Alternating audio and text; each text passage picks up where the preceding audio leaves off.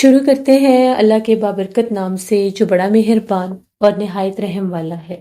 تمام تعریفیں میرے اللہ رب العزت کے لیے ہیں۔ خوفناک کہانیوں کے معزز ناظرین کو میری طرف سے السلام علیکم۔ امید کرتی ہوں آپ سب لوگ خیریت سے ہوں گے، جہاں ہوں گے خوش ہوں گے، اور میرے چینل کی خوفناک کہانیوں کو بہت پسند بھی کرتے ہوں گے۔ سلسلہ شروع کرتے ہیں آج کی خوفناک کہانیوں کا۔ بڑھتے ہیں آج کی پہلی خوفناک کہانی کی طرف۔ آج کی پہلی خوفناک کہانی جنید شیئر کر رہے ہیں۔ جنید کہتے ہیں، ہم لوگ فیصل آباد کے رہنے والے ہیں۔ آج آپ کے ساتھ اپنی زندگی کی نہایت ہی ڈراؤنی کہانی شیئر کرنا چاہتا ہوں۔ آج سے 8 سال پرانی بات ہے۔ میری شادی ہوئی اور میری شادی کے بعد جیسے دعوتوں کا سلسلہ شروع تھا۔ ہم لوگوں کے کچھ رشتہ دار اسلام آباد میں بھی تھے۔ ہم لوگوں کی دعوتیں اسلام آباد میں تھیں۔ ان دنوں میں اور میری بیوی ہینا ہم لوگ اسلام آباد گئے ہوئے تھے۔ ہم لوگوں کا ٹور بہت زیادہ خوشگوار گزر رہا تھا۔ ابو کے کچھ جاننے والے اسلام آباد سے دور سید پور گاؤں میں رہتے تھے۔ ابو نے مجھے خاص تاکید کی تھی کہ جب تم نے اسلام آباد جانا ہے تو ان سے بھی مل کر آنا۔ ایک دو بار جب میری ان سے ٹیلی فون پر بات ہوئی تو ان لوگوں نے بھی مجھے بہت پیار سے دعوت دی۔ اسلام آباد میں آئے ہوئے ہمیں تقریباً 1 ہفتہ ہو چکا تھا۔ ابو سے بات ہوئی تو ابو نے یاد کروایا کہ تم نے انکل یوسف لوگوں کی طرف لازمی جانا ہے۔ تو میں نے انہیں کہا کہ جی ضرور، میں آج ہی ان سے بات کروں گا۔ میں نے انکل یوسف سے بات کی تو ان کا یہ کہنا تھا کہ تم سید پور مین اسٹیشن پر پہنچ جانا، وہاں سے ہم لوگ تمہیں ریسیو کر لیں گے، کیونکہ گاؤں خاصا پرانا اور دور ہے اور وہاں پر پہنچنا اتنا آسان نہیں ہوگا۔ میں نے انکل یوسف سے کہا کہ جی ٹھیک ہے، ہم لوگ وہاں پر کل آپ کے پاس آئیں گے اور میں وہاں پر پہنچ کر آپ کو فون کر دوں گا۔ انہوں نے کہا کہ ٹھیک ہے۔ اگلے دن ہم لوگوں نے جانا تھا تو حسب معمول تھوڑا سا موسم خراب ہو گیا۔ موسم تو بہت زیادہ پیارا تھا۔ ہنا کہنے لگی موسم اچھا ہے، اسی موسم میں گاؤں سے ہو آتے ہیں، پھر رہتے رہ جائیں گے۔ میں نے اسے کہا کہ چلو ٹھیک ہے۔ ہم لوگوں نے اپنی گاڑی نکالی اور سید پور کی طرف روانہ ہو گئے۔ راستے میں ایک دم موسم بہت سا خراب ہو گیا۔ کچھ راستے وہاں پر کسی وجہ سے بلاک تھے تو ہمیں اور راستوں کی طرف سے پوچھ کر جانا پڑا۔ بالآخر ہم لوگ ایسے الجھے کہ ہم لوگ راستہ ہی بھٹک گئے۔